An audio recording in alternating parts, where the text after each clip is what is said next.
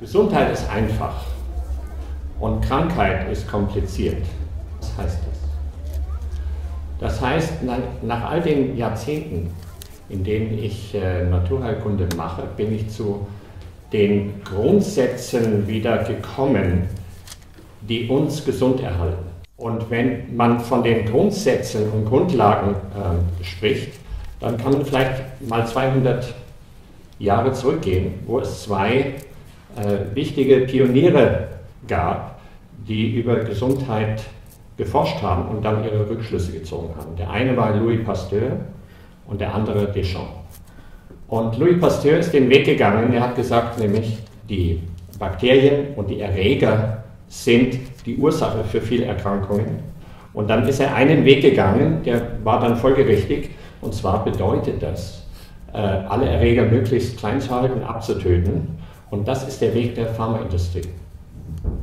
Es gibt den zweiten Weg, und der zweite Weg ist der Weg von Deschamps. Und der hat gesagt, nicht der Erreger ist der eigentliche Schuldige, sondern das Terrain, in dem es passiert. Sprich, das Umfeld begünstigt eine Ausbreitung von Erregern. Das heißt, eine Infektion ist praktisch eine Abfolge davon, dass wir ein zu schwaches Immunsystem haben.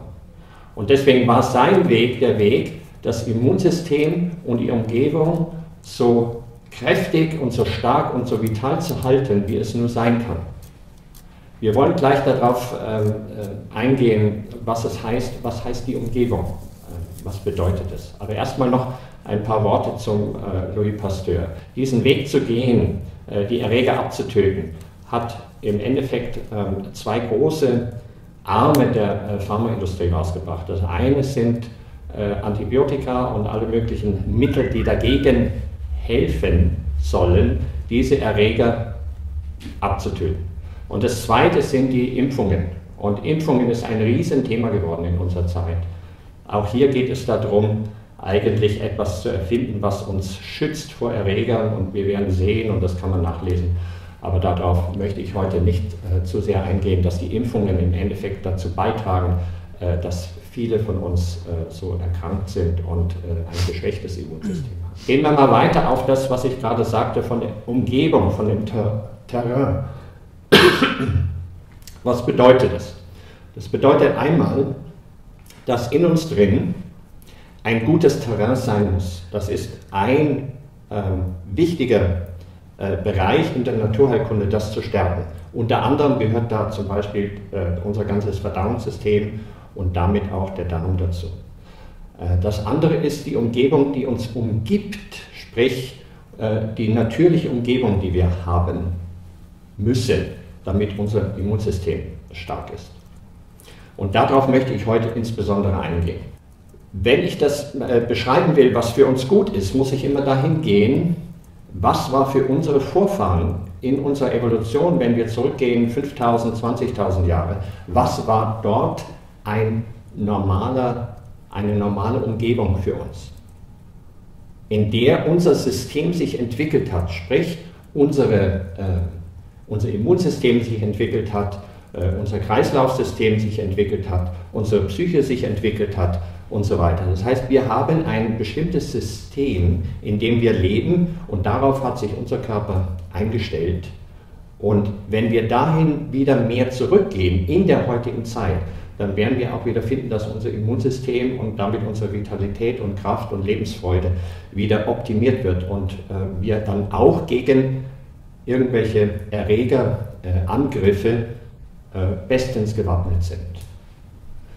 Jetzt, wie war das in der Evolution? Wir kommen als Jäger und Sammler, waren wir, wie Gott uns schuf, sprich in einer Umgebung ohne irgendwelche Hilfsmittel unserem Klima und der Umgebung ausgesetzt. Das bedeutet, wir waren ständig nackt unterwegs, so wie jedes andere Tier auch. Und nackt unterwegs hat ein paar Vorteile, nämlich einmal, wir sind der Sonne ausgesetzt, beziehungsweise wir müssen in einem Klima leben, was es ermöglicht, nicht nur tagsüber, sondern auch nachts zu überleben und damit klarzukommen. Dadurch, dass wir kein Fell haben und keine Fettschicht, sind wir gar nicht ausgerüstet da drin, in einem Klima wie unserem europäischen Klima zu leben. Denn dieses Klima ist tödlich für uns hier. Wenn wir keine Klamotten hätten und keine künstlichen Felle, sag ich mal, in Form von Jeans, von Hosen, von T-Shirts, von Pudelmützen, von Schal, von Moonboots und so weiter, würden wir im Winter, im Winterhalbjahr, keine Woche überleben. Ja? Dazu kommt, dass wir uns geheizte Höhlen gebaut haben, in denen wir uns schützen können. Aber auch das stand uns damals nicht zur Verfügung. Denn die ersten Menschen hatten vielleicht ab und zu mal ein Feuer, aber generell mussten sie auch fähig sein zu überleben. Das war in einem anderen Klima. Und in jedem Zoo kann man das nachvollziehen. Wenn man die Tiere an denen länger Freude haben will, muss man ihnen die Umgebung wiederherstellen, in der sie leben und gelebt haben. Das gilt für den Eisbären genauso wie für die Giraffe. Eine Giraffe in Stockholm hat keine Überlebenschancen, wenn sie nicht ein Giraffenhaus hat und wenn sie nicht das Futter kriegt und möglicherweise auch den Auslauf hat und seine Kumpel hat drumherum, damit es nicht da vereinsamt. Das sind so wichtige Faktoren, die hier reinkommen. Und für uns gilt dasselbe. Das heißt, wir laufen rum, kriegen UV-Strahlen ab, kriegen Infrarotstrahlen ab und kriegen über unser Barfußlaufen negative Ionen ab. UV-Strahlen sind wir nicht mehr so ausgesetzt. Erstens in unserem Klima, weil es ein halbes Jahr lang so düster ist, dass wir kein Vitamin D bilden über die UV-Strahlen. Ja? Und dann müssen wir das ersetzen. Das kann man, und auch dazu mal ein Wort dazu, weil viele sagen, ja, die Natur muss das alles selber machen und so weiter. Und wie sieht es aus mit Nahrungsergänzungsmitteln, mit Wasserfiltern, mit anderen Möglichkeiten, die wir uns zuführen, damit wir gesund bleiben. Das muss doch alles von selber gehen. Erstens, das hier ist für mich auch eine Krücke. Das ist wie eine Nahrungsergänzung, aber als Fell. Ja? Schön gemacht. Ein Anzug, ein Pullover, eine Hose, weil wenn ich hier stehen würde, auch hier in diesem Raum, würde es mich langsam anfangen zu frieren, weil dieses Klima hier nicht ein Klima ist wie in Griechenland oder in Tunesien oder in der Hochlandebene von Afrika. Das heißt, wir brauchen Ergänzungsmittel und dasselbe gilt für die Brillen, die viele aufhaben. Dasselbe gilt für die Schuhe, die wir anhaben. Dasselbe gilt für Nahrung und dasselbe gilt für Wasserfilter. Früher hatte man keine Wasserfilter. Die muss man jetzt haben, weil wir nicht mehr irgendwo an der Quelle wohnen, wo das Wasser auch ionisiert ist und wo es frisch rauskommt und energiereich ist. Also muss ich mir sowas wiederherstellen und das kann man. Und das ist für mich als Heilpraktiker absolut in Ordnung. Dasselbe gilt für andere Nahrungsergänzungsmittel. Wenn mir Selen fehlt, dann kann ich halt eine Kapsel mit Selen nehmen. Wenn mir Zink fehlt, kann ich eine Kapsel mit Zink nehmen. Natürlich kann ich von der Ernährung darauf achten, dass diese Nahrungsmittel auch vielleicht zinkhaltig sind und selenhaltig sind. Aber wenn mir das nicht zur Verfügung steht, ist es absolut gerechtfertigt, eine Ergänzung, eine Nahrungsmittelergänzung zu nehmen. Und dasselbe gilt jetzt auch für diese drei Sachen, die ich genannt habe. Die Sonne mit UV-Strahlen, die uns Vitamin D bildet.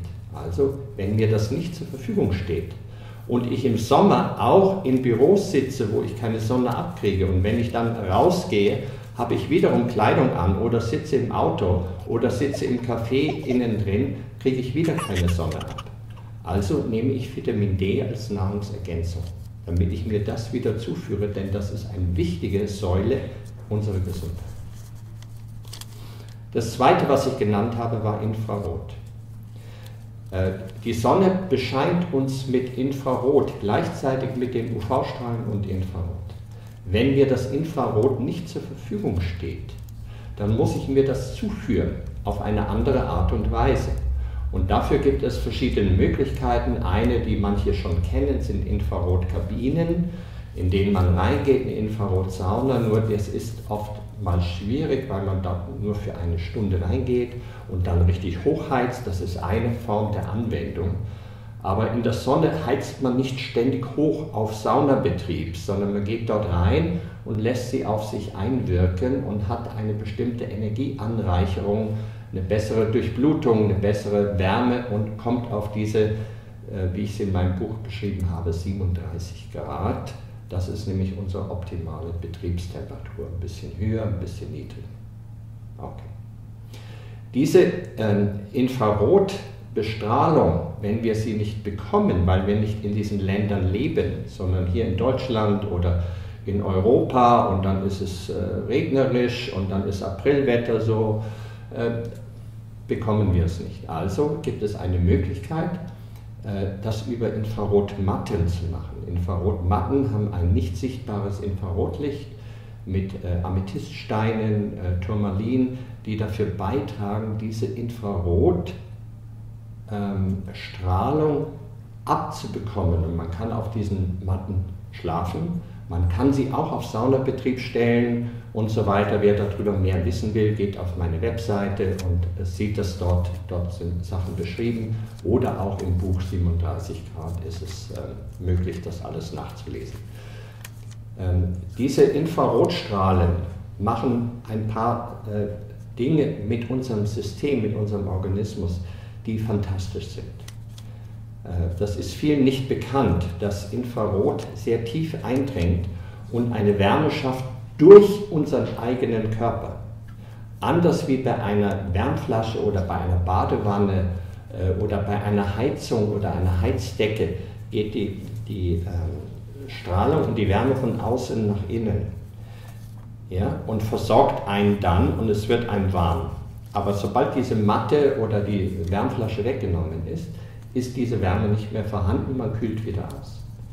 Während wenn ich das mit Infrarot mache, geht die Infrarotstrahlung tief nach innen, ungefähr 14 cm, und heizt uns an, indem es unsere Zellen aktiviert. Unsere Muskelzellen sind die selber Wärme herstellen. Das weiß jeder, der Sport macht oder der sich ein bisschen mehr bewegt und eine handwerkliche Tätigkeit hat oder schneller läuft oder irgendeine aktiv ist. Dem wird warm. Dem wird nicht warm, weil er beschienen wird, sondern dem wird warm, weil die Muskeln Wärme produzieren. Und diese Aktivierung der Muskelzellen, die hält über längere Zeit an. Wenn wir in der Sonne waren, hält diese Wärme bis zu 8 Stunden an.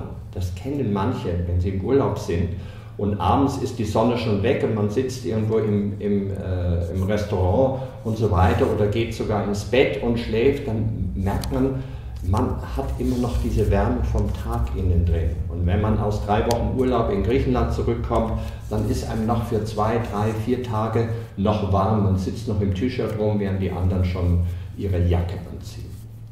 Das ist eine anhaltende Wärme, weil es eine Energiezufuhr ist. Das Zellwasser wird angereichert mit Kraft und mit Energie. Das heißt, diese Wärme, die bleibt und damit auch eine bessere Durchblutung und damit alle Funktionen des Körpers, die am besten bei einer Betriebstemperatur von ungefähr 37 Grad arbeitet. Ja. Es gibt viele, viele Menschen, in meiner Praxis sehe ich, dass ungefähr 70, manchmal 80% der Wärme nicht mehr da ist und die Menschen rumlaufen mit 34, 35 Grad, wachen auf mit 35,5 und kommen dann tagsüber mal auf 36 hoch, aber niemals auf 37. Eine Normaltemperatur sollte sein bei 36,7, vielleicht am Morgen und dann ein bisschen Aktivität auf 37 bis 37,3. Das wäre Idealtemperatur. Gut, das dritte wäre die negativen Ionen. Negative Ionen kennen wir. Manche kennen das von Raumenergetisierern, wo negative Ionen kreiert werden. Wir kennen das vom Gewitter, dass vor dem Gewitter die Luft geschwängert ist mit positiven Ionen und dann wird es stickig und schwül und wir fühlen uns nicht wohl. Nach dem Gewitter ist die Luft rein, sagen wir, aber die ist nicht rein, sondern die ist angefüllt mit negativen Ionen und deswegen atmen wir besser und es fühlt sich an wie die Luft ist wieder sauber und wir nehmen mehr auf und wir sind energetischer. Diese negativen Ionen, die sind aber vor allem auch in der Erdoberfläche drin. Und jedes Lebewesen von uns ist verbunden mit der Erdoberfläche. Das heißt, wir laufen drauf rum, wir sitzen, wir schlafen. Jedes Tier, jeder Vogel, alle müssen irgendwann mal auf die Erde und laden sich auf. Deswegen weiß man auch, eine Katze, die in einem Mietshaus wohnt, wo sie nur im 4. Stock immer in der Wohnung rumläuft, die wird krank. Sobald sie eine Katzentür hat und raus darf in den Garten, bleibt sie gesund. Ja, das ist nachweisbar. Und das ist mit uns nicht anders. Jetzt schauen wir an, wie wir beieinander sind und immer rumlaufen mit Turnschuhen, mit irgendwelchen Schuhen, die unten eine Gummisohle haben, sprich, die uns abschirmt von den negativen Ionen, die in der Erde abgespeichert sind. Das weiß die Naturheilkunde auch, denn wenn man in eine Kuranstalt geht, wird man morgens rausgeschickt zum Tautreten. Warum zum Tautreten? Tautreten heißt, man geht barfuß auf der Wiese und dadurch, dass es feucht ist, werden die negativen Ionen viel besser über die Fußsohlen aufgenommen. Und eine halbe Stunde darauf rumlaufen, abgesehen von der Bewegung, lädt einen auf mit negativen Ionen. Ja. Wenn das mittags passieren würde, wäre es nicht so effektiv, weil dann schon die Wiese möglicherweise trocken ist. Ja. Wenn wir am Strand spazieren gehen und am Strand in dem feuchten Anteil gehen und laufen, laden wir uns auf mit negativen Ionen. Wenn wir in dem trockenen Anteil gehen, passiert es sehr viel weniger. Auch ein bisschen, aber sehr viel weniger. Negative Ionen sind enorm wichtig und es gibt eine ganze Produktpalette an Instrumentarien, negative Ionen, Laken, Matten und so weiter, wie wir uns das im Haushalt herholen können. In diesen Infrarotmatten, die ich gesagt habe, die ich empfehle, diese Biomatt, sind negative Ionen mit eingebaut mit diesen Infrarotstrahlen. Negative Ionen kennen wir aber auch noch woanders und hier im Aquazentrum ist es natürlich wohl bekannt vom Wasser. Ja? Dieses elektroaktivierte Wasser ist voll mit negativen Ionen und ist ein Gesundbrunnen für uns. Das heißt, negative Ionen brauchen wir über die Atmung, über den Bodenkontakt und über das Wasser. Und wenn wir das nicht bekommen, müssen wir uns das irgendwie ranholen. Über elektroaktiviertes Wasser, über eine Biomatt, über Laken oder halt natürlich am optimalsten wäre es, wir würden jeden Tag mal barfuß nach draußen gehen. In der Wohnung übrigens ist es meistens nicht der Fall, weil die Wohnung, auch wenn es ein Naturboden ist, schwimmend verlegt ist, sprich mit Styropor ausgelegt ist und damit auch wiederum abgeschnitten ist vom normalen Zugang zur Erde. Wenn man auf die Terrasse geht, hat man es meistens schon, weil darunter nur ein Zementboden ist, der auch leitet und damit ist die Verbindung da. Gut, das sind diese 3 Faktoren, die wir alleine übers Klima reinbekommen. Jetzt, was braucht man noch für ein gesundes Leben? Und da gehe ich mal zurück auf die Bibel.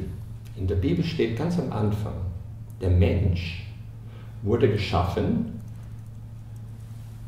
aus Lehm, aus Wasser und dann kriegen wir einen Odem eingehaucht, das heißt eine Seele eingehaucht. Und diese 3 Faktoren sind enorm wichtig, wenn man sich darum kümmern will, wie es einem gut geht im Leben. Was muss man machen? Man muss sich darum kümmern, um gutes Wasser, wie wir gerade schon gehört haben, 70%. Bei kleinen Kindern sind es noch mehr, 80% ist Wasser. Dieses Wasser müssen wir immer auffüllen und uns damit benetzen, innen wie außen, um genügend Wasser in unserem Körper zu haben. Das zweite ist der sogenannte Lehm, aus dem wir gebaut sind, so wie es in der Bibel steht. Was heißt Lehm? Lehm sind Mineralien. Und Mineralien heutzutage ist ein Riesendefizit bei uns. Warum ist das so? Früher war der Boden voll mit Mineralien, weil auch die Äcker immer überschwemmt wurden, ja, von den Flüssen, die aus dem Gebirge kommen. Und die Gebirge geben Mineralien ab, durchs Wasser ausgewaschen, Es fließt über die Wiesen und Felder und benetzt und reichert den Boden an mit Schlamm und damit mit Mineralien. Und heutzutage mit unseren eingedämmten Flussläufen und mit der Angst des Bauern, dass da was drüber läuft, kommt halt Regen runter, aber nichts mehr vom Gebirge hier. Ja, das heißt, wir kriegen keine Mineralien mehr rein. Und dann wird der Boden ausgelaugt über 3-mal im Jahr Ernte bringen, ja, weil der Bauer sonst heutzutage in unserer Konkurrenzgesellschaft nicht mehr ein Feld einfach brach liegen lassen darf. Er düngt es dann mit ein bisschen Kalium und ein paar Mineralien, aber niemals die ganze Bandbreite von dem, was wirklich aus dem Gebirge kommen kann und was dann benetzt. Wir wissen zum Beispiel in Ägypten, dass der Nil, alles was im Nildelta angepflanzt wurde, war für die Könige und hatte Heilkraft. Und alles, was nicht im Nil war und woanders angebaut wurde, das war für das gemeine Volk. Warum war das so? Weil der Nil 2-mal im Jahr eine Riesenüberschwemmung gehabt hat und man wusste alles, was man dort anbaut. Ob das Getreide ist, ob das Wiesen waren für das Vieh, ob das Bäume sind, Datteln und so weiter, die waren voll mit Mineralien. Weil alles, was dort drüber lief und die Riesenüberschwemmungen uns Mineralien zur Verfügung gestellt haben. Das ist heutzutage nicht mehr so, auch natürlich in Ägypten nicht mehr so, weil ein Staudamm reingebaut wurde und die haben Riesenprobleme unterhalb vom Staudamm, weil sie keine Mineralien mehr haben. Oberhalb vom Staudamm, weil der ganze Staudammsee ständig ausgebaggert werden muss, weil dort sich das alles ansammelt. So, das ist diese Absurdität auch in unserer menschlichen Geschichte, was wir da gemacht haben, anstatt wir diesem freien Lauf lassen und dann Mineralien aufnehmen. Das andere, warum Mineralien zu wenig sind, dass viel natürlich heutzutage angebaut wird, auch einfach nur auf schnelles Wachstum, aber nicht mehr wirklich sich von grundlegend sättigen kann mit Mineralien. Dasselbe gilt übrigens auch für den Bioanbau. Bio heißt ja nur erstmal, dass hier nichts vergiftet ist. Aber es heißt noch lange nicht, dass dieses biologisch angebaute Pflanzenmaterial, dass das voll mit Mineralien sind. Ja, man kann auch ein Essen nicht vergiften und trotzdem kann es im Treibhaus gewachsen sein. Ja, die Richtlinien sagen nur aus, hier werden keine bestimmten Sachen nicht verwendet. Das nächste, was zum Mineralienmangel beiträgt, ist unser Stress. Stressverhalten heißt, dass wir immer in einer Übersäuerung sind und der Körper sich Mineralien nehmen muss aus den Knochen, aus den Geweben, aus den Organen, um nicht zu sauer zu werden. Denn wenn er zu sauer ist, stirbt er. Und der Körper sagt, lieber nehme ich mir das raus, bevor ich sterbe, nehme ich mir diese Mineralien raus und puffer die ab, die Säuren, und überlebe damit, aber damit kommen wir in einen Mineralienmangel rein. Das heißt Stress, zu wenig Mineralien im Essen und ein zu hoher Verbrauch trägt dazu bei, dass wir keine Mineralien haben. Mineralien, Wasser und das dritte war der Odem.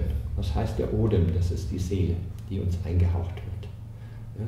Diese Seele kriegen wir mit, und diese Seele braucht eine Aufgabe im Leben. Ja? Wir haben heutzutage sehr viele stressbedingte Erkrankungen, wir haben sehr viele Erkrankungen, die aufgrund von den Fakten auftauchen, dass wir nicht mehr ein Leben leben, was lebenswert ist.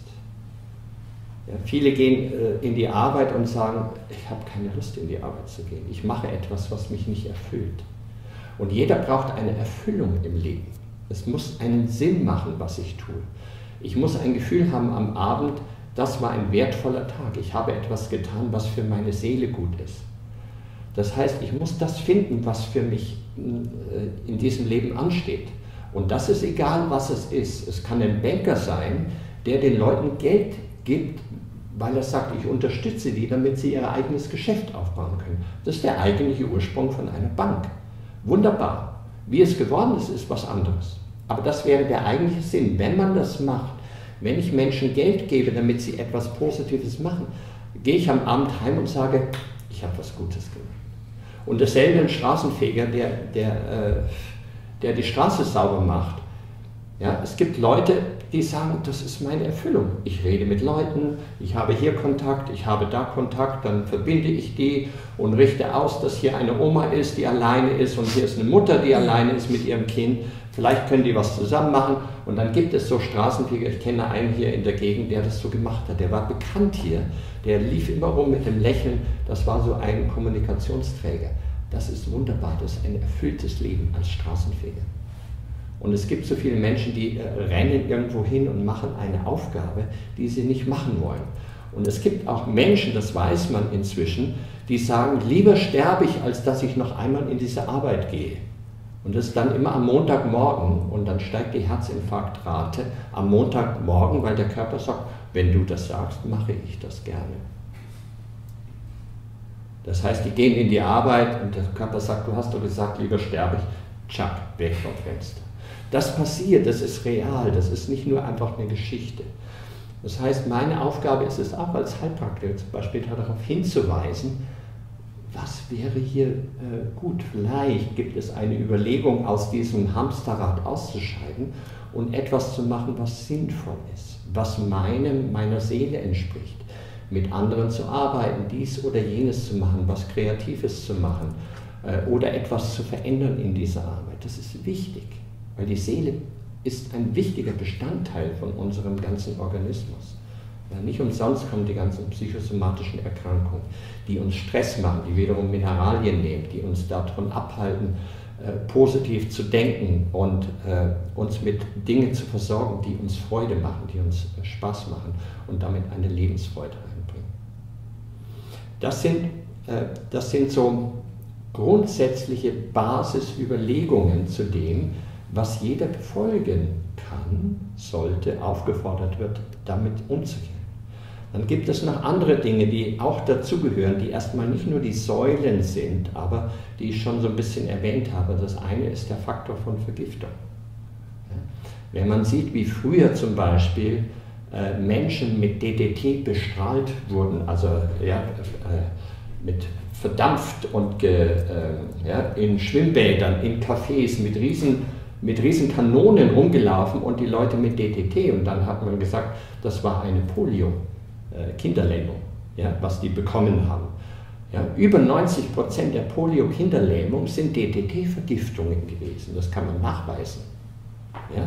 Erstens geht die DDT-Rate hoch von dem, was versprüht wird in einem Distrikt, in einer Stadt, geht es hoch, 6 Monate später geht die Rate an Polioerkrankungen hoch.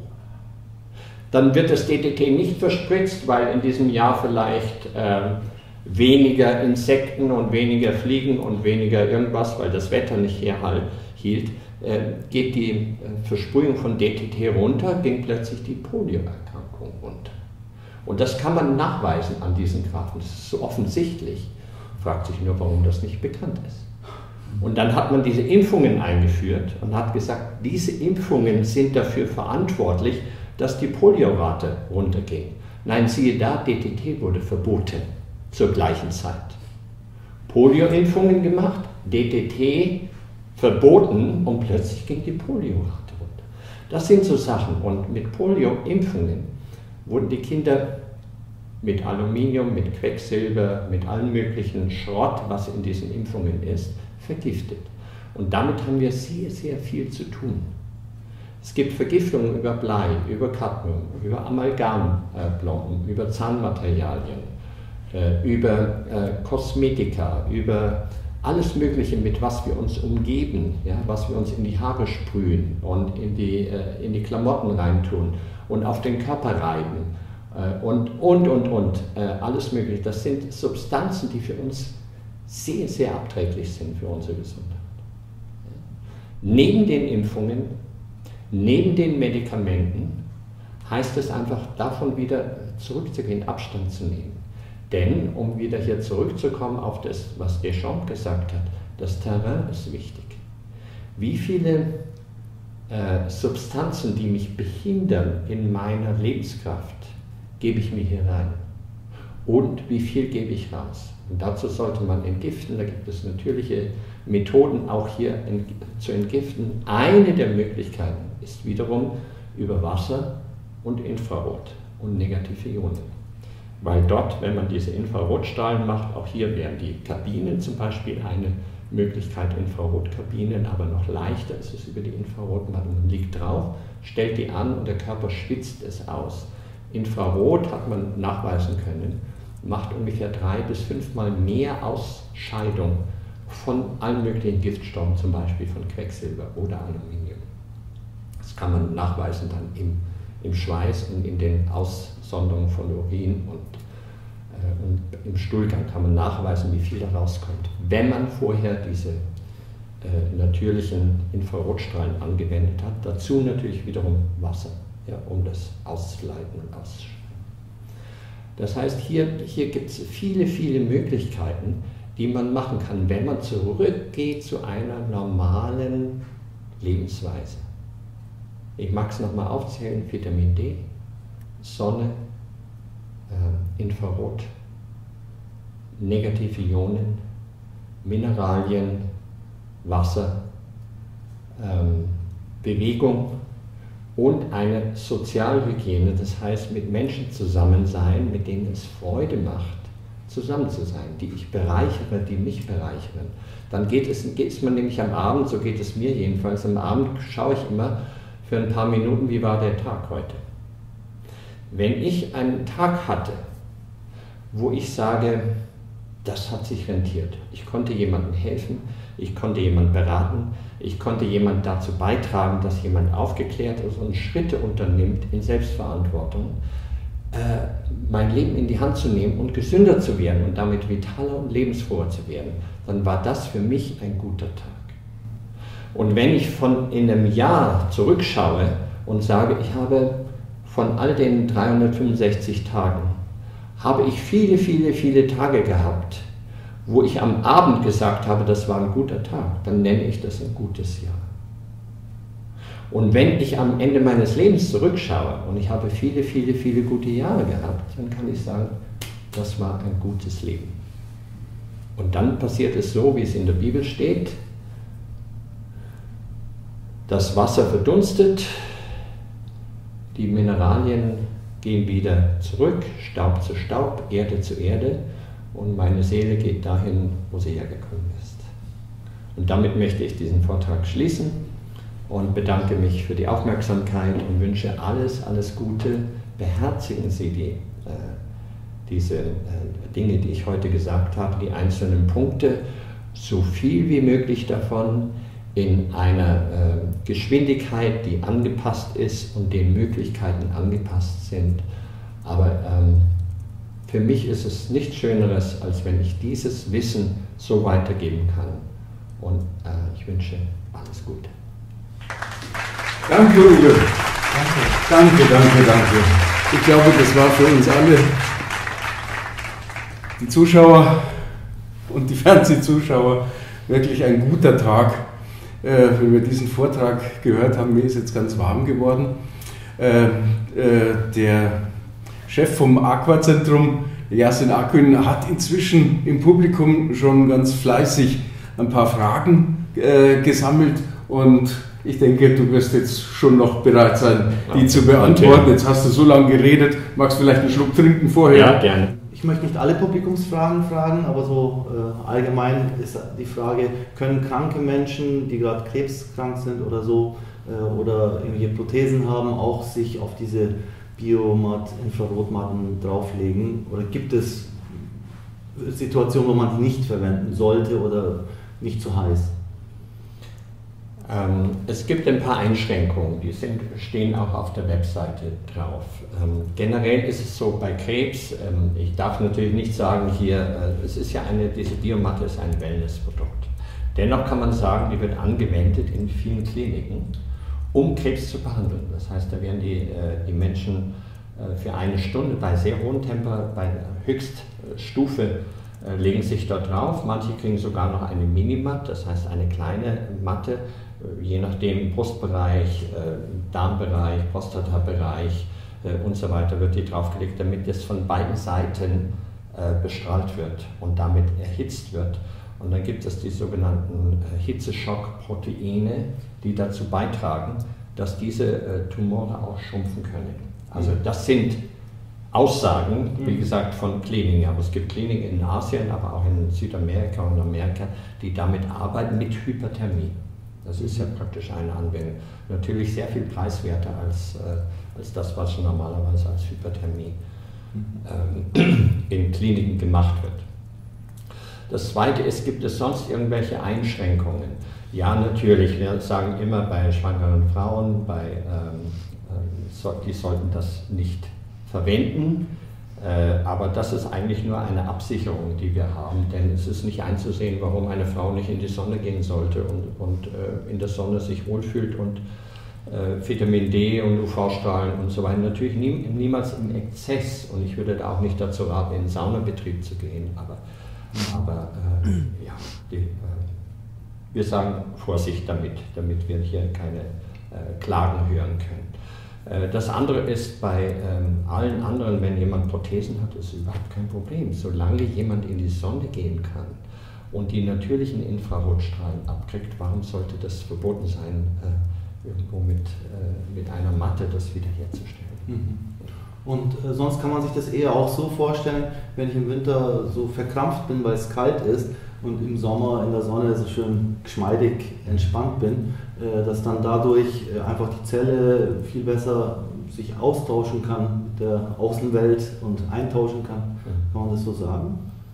Die Infrarotmatten haben natürlich den großen Vorteil, dass hier, wie gesagt, erstens mehr Energie zur Verfügung steht, dann gleichzeitig über die negativen Ionen mehr Energie zur Verfügung steht. Das heißt, eine Zelle wird verbessert versorgt, verbessert entsorgt, ja, von Schlackenstoffen und Giftstoffen und besser versorgt mit Sauerstoff und Nährstoffen.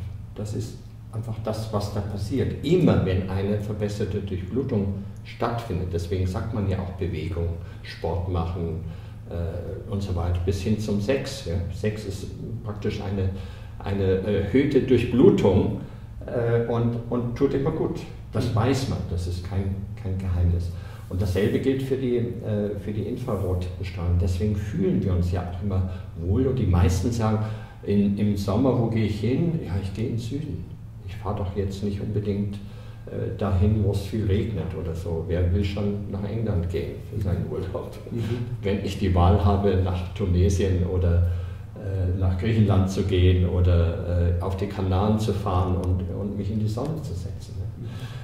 Man fühlt sich immer wohler und die ganze Lebenskraft, das wissen wir auch, ein Don Juan zum Beispiel, jemand, der feurig ist und lebensfroh ist und so weiter, der Don Juan kommt nicht aus Finnland, der kommt aus Spanien. Spanien, ja. Und mich selber interessiert eine Antwort von dir auf die wichtigste Frage eigentlich in meinem Leben. Ich mache jetzt so viel in der Gesundheitsbranche schon seit 10 Jahren und ich habe halt jetzt das Wichtigste aus meiner Sicht gefunden, nämlich dass man Kurzzeitfasten oder Intermittent Fasting macht, wo man 16 Stunden stoppt mit kohlenhydratreichen Sachen, auch Zucker und kleine Schokoladenstücke oder so, und dann sich diese Fettverbrennungszeit gönnt, weil wohl eigentlich die Heilung abspielt. Und danach eigentlich dann wieder machen kann, was man will, 8 Stunden und dann wieder 16 Stunden, so den Rhythmus. Vielleicht am besten noch mal einmal in der Woche gar nichts zu essen oder so. Und ich übe das schon aus und ich habe das Gefühl, eben jetzt, seitdem ich es bewusster mache, fühle ich mich so richtig gut. Und wie stehst du zu dem Thema und wie ist dein Tagesablauf? So würde mich mal interessieren. Was machst du, wenn du aufgestanden bist? Was isst du? Was trinkst du? Also generell muss man mal sagen, auch hier wiederum geht man zurück auf unsere Entwicklung. Von unserer Evolution her, wie war das bei uns? Wir hatten, als Jäger und Sammler, hatten wir nicht immer alles zur Verfügung, so wie es heutzutage der Fall ist. Wir konnten nicht einfach irgendwo hingehen und da gab es die ganzen Reihen von Obst und Gemüse und tierisches Eiweiß und was weiß ich was in Getränken, so die ganze Bandbreite in einem Supermarkt oder auch in einem Biomarkt oder so. Das hatten wir nicht, sondern wir gingen irgendwo immer wohin. Wir mussten erst was jagen, das heißt, wir mussten fähig sein, auch in einem Hungerzustand volle Leistung zu bringen. Und das hat unser Körper, das prägt unseren Organismus. Das heißt, wir können locker, und das war oft genug der Fall, ohne größere Nahrung auskommen für 2, 3 Tage. Und dann haben wir irgendwas gejagt oder was gefunden, wo es irgendwas gibt, und dann haben wir uns den Bauch vollgeschlagen. Das heißt, wir haben einmal groß gegessen, ja, und dann wird wieder gefastet, weil es nicht so weitergeht. Wie oft erlegt man schon einen Mammut? Oder wie oft findet man eine Stelle, wo es heißt, hier ist der Baum, der jetzt gerade Früchte trägt. Das war nicht immer so. Das war nicht zur Verfügung. Und im Winter auch nicht. Das heißt, unser Körper ist bestens darauf eingestellt und ausgerüstet dafür, Hungerphasen zu haben. Und nicht nur das, wo man sagt, das hält er aus, sondern unser Körper braucht diese Phasen. Von daher gesehen ist es durchaus richtig, und das machen viele, die entweder eine Formel haben, innerhalb von 8 Stunden etwas zu essen. Und das ist auch mein Weg. Ich brauche morgens nichts zu essen. Ja? Bei mir, wenn ich anfange, mittags mir einen Smoothie zu machen und dann was trinke und dann abends mache ich eine größere Mahlzeit. Ja? Das heißt, innerhalb von 8 Stunden etwas zu essen. Man kann anfangen, wenn man das will, dass man morgens um 8 Uhr anfängt und sagt, um 16 Uhr höre ich auf.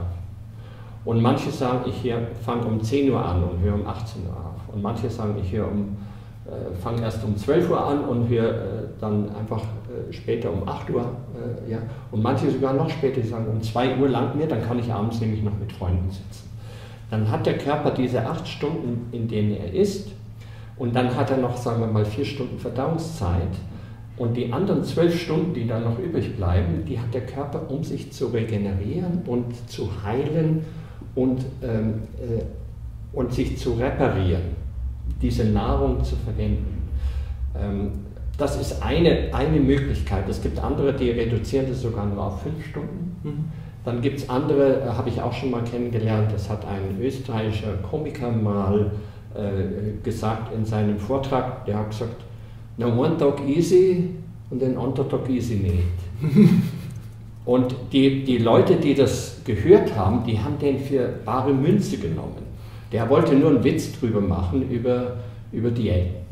Der hat gesagt, ja, one Tag easy, ist alles, was ich mag, und am nächsten Tag ist gar nichts. Und die Leute haben gesagt, das ist ja super. Und dann haben die das gemacht und haben sich sehr gut gefühlt dabei. Und dann haben sie ihm zurückgeschrieben, haben gesagt, das war ja wunderbar, was Sie da gesagt haben, das habe ich ja noch gar nicht gewusst. Und da hat er gesagt, was? Das war ein Witz. Und haben die zurückgemeldet, aber es funktioniert. Und inzwischen macht er Vorträge über Diäten und propagiert das als seine Methode. Ja? Das ist dasselbe. Und dann gibt es andere, die sagen, okay, 5 Tage essen, und so wie es bei uns in der Kultur auch war, und dann den Freitag machen wir reduziert, ja, Fischtag, oder man kann auch sagen, ja, für 24 Stunden, 36 Stunden einfach eine Fastenzeit einzubauen, damit der Körper auch nochmal sich regenerieren kann. Wäre auch möglich zu sagen, und das wäre wohl das Optimum, 5 oder 8 Stunden am Tag zu essen und dann einen Tag in der Woche gar nicht zu essen. So macht man es übrigens auch im Zoo, habe ich mir sagen lassen. Die Löwen, für einen Tag kriegen sie nichts. Warum? Weil das normal ist in der Natur. Nicht jeder Löwe hat jeden Tag Erfolg in seinem. Ja. Also, das ist eine wunderbare Art und Weise. Danke, da bin ich echt froh, weil ich sage das immer zu allen Menschen, mit denen ich Kontakt habe. Und viele habe ich schon überzeugt, habe das Gefühl, denen geht es auch besser. Das ist auf jeden Fall mein Geheimnis gewesen, und jetzt habe ich es erst erfahren, so richtig nochmal durch dich bestätigt. Da wäre aber noch eine andere Frage, wenn wir schon beim Essen sind. Fleisch essen, nur Smoothies, nur Rohkost. Wie stehst du zu dem Thema? Ich meine, früher haben wir ja im Winter gerade auch Fleisch essen müssen, sage ich mal, und unser Darm und alles schaut schon ein bisschen danach aus, dass wir schon irgendwie Fleischesser auch sind. Was ist das? Erstens, wir sind Jäger und Sammler. Ja, wir sind nicht nur Sammler. Ja, das war nicht einfach unser Ursprung. Das heißt, wir haben ein System, das mit beiden sehr gut klarkommt. Die vegetarische Lebensweise ist eine Lebensweise, die durchaus geht, wenn man sie bewusst macht und weiß, wie man sie machen kann. Aber das heißt, vegetarisch heißt immer auch Eier, Milchprodukte mit dazu zu nehmen. Das ist, wie viele leben und gelebt haben, auch gerade gibt ganze Kulturen, die so leben. Das funktioniert auch, wenn man das so reinbringt. Früher war übrigens auch immer der Fisch dabei. Der zählte bei Vegetariern als vegetarisch. Ja? Das heißt, da gab es zweimal in der Woche Fisch, um sich dieses Eiweiß zuzuführen. Meine Erfahrung ist, und das habe ich auch gelernt im Laufe meiner Karriere als Heilpraktiker, dass es doch sehr viele gibt, die erstens nicht wissen, wie man vegetarisch isst, und zweitens, sie denken, das wäre gesund für sie, und man merkt, dass auf die Dauer sie damit nicht klarkommen. Gerade mit der veganen Lebensweise, das ist eher eine Lebensweise, die aus einem ethischen Konzept herkommt, was verständlich ist, aber sie ist nicht nachprüfbar. Und vor allen Dingen gibt es erst seit 40, 50 Jahren sowas. Ja. Und es hat sich noch überhaupt nicht gezeigt, ob das überhaupt Vorteile hat. Die hat für eine gewisse Zeit immer Vorteile, weil man mit dem Veganen, ebenso mit dem Vegetarischen, die Säuberungsseite im Körper betont. Ja. Aber die Nährstoffaufnahme wird reduziert. Und tierische Nahrung, wenn man sie richtig macht, ist konzentrierte Nahrung. Ja? Weil das Tier viel, viel konzentrierte Nährstoffe hat. Man muss es allerdings richtig machen. Zum Beispiel, ich bin ein großer Fan von sogenannten Kraftsuppen oder Heilsuppen, die da drin bestehen, dass man tierische, zum Beispiel ein Hühnchen, die berühmte Hühnersuppe, dass man die auskocht und isst, aber auch Knochen und Markknochen und so weiter über eine lange Zeit aufkocht. Das sind ganz, ganz wertvolle Stoffe drin, wenn man es richtig macht. Natürlich ist ein Unterschied, ob ich einen Braten im Rohr mache, der langsam gekocht wird oder langsam gegart wird, ja, über ein paar Stunden, und der dann weich ist und für uns leicht aufnehmbar, ist was völlig anderes als ein auf am Grill verbranntes und hoch mit großer Hitze verändertes Eiweiß, was ich praktisch nicht mehr auseinanderkriege. Ja? Was wie ein Plastik ist, und das kriegt man nicht mehr auseinander und ist für uns nicht mehr wertvoll. Im Gegenteil, es verschlackt uns dann und säuert uns und so weiter. Aber gegen einen guten Braten oder etwas, was langsam gegart ist, so wie es die Naturvölker auch machen. Ja. Es gibt ja manche, die haben dann irgendwie das Känguru oder das Wildschwein oder so, und dann wird das in eine große Grube getan, wo vorher Feuer angemacht wird, und dann wird das dort reingelegt, und dann werden die Steine und Blätter und alles drauf, und dann werden alle Leute weggeschickt, und am Abend nach 8 Stunden sieht man sich wieder, und dann gibt es ein Festmahl. Das sind ursprüngliche Methoden, die für uns sehr, sehr gut sind. Ja? Aber natürlich nicht die Riesenmengen und so weiter, gab es auch früher nicht. Super. Da wäre noch ein Kardinalsfehler-Ding aus meiner Sicht auch noch, nämlich diese Safttrinker, die schon in der Früh anfangen mit 2-3 Litern Saft und dauernd kistenweise Obst, Gemüse und dauernd entsaften und so. Und dann sagen, ja, ich brauche kein Wasser, weil ich ja dauernd genug Wasser zu mir nehme über die Säfte. Und da sehe ich halt 2 Fehler drin. Einmal in der Früh gleich mit Zuckerzeug anzufangen, und zweitens dieses pappige Zuckerzeug nie freizuspülen durch klares, sauberes Wasser, sage ich mal, und nicht verdrecktes Obstwasser. Wie stehst du dazu? Also von Obstsäften trinken rate ich ab. Das kann man mal als Kur machen und kann sagen, damit habe ich einen bestimmten Effekt, den ich haben will, aber als dauernd das zu machen, gerade was du erwähnt hast, ist viel, viel zu viel Zucker. Deswegen ist meine Empfehlung, die Smoothies zu machen mit Wildkräutern, mit Avocado, ein bisschen Salat drin, ein bisschen Banane drin, ein bisschen Apfel drin, Ingwer drin, Kurkuma drin und so weiter. Und das zu mischen, das ist eine ganz andere Liga, in der das gespielt wird. Die Bücher sind jetzt übersetzt, also das Buch 37 Grad ist übersetzt in Chinesisch, in Koreanisch, in Englisch sowieso natürlich, und die Japaner sind jetzt gerade dabei, und wir planen jetzt mal auch nach Korea zu gehen. Und Da freuen wir uns dann. Dann müsstest du dann auch mal mit denen einen englischen Vortrag dann. Ja, die wollen, dass ich da einen Vortrag halte. Da kann sich jeder schon freuen. Vielen Dank für die ganze Aufmerksamkeit und das war für mich sehr informativ. Ich hoffe für euch auch. Und bis bald hier, wenn wir wieder neue Videos für euch haben. Danke vielmals. Danke, Ruhe.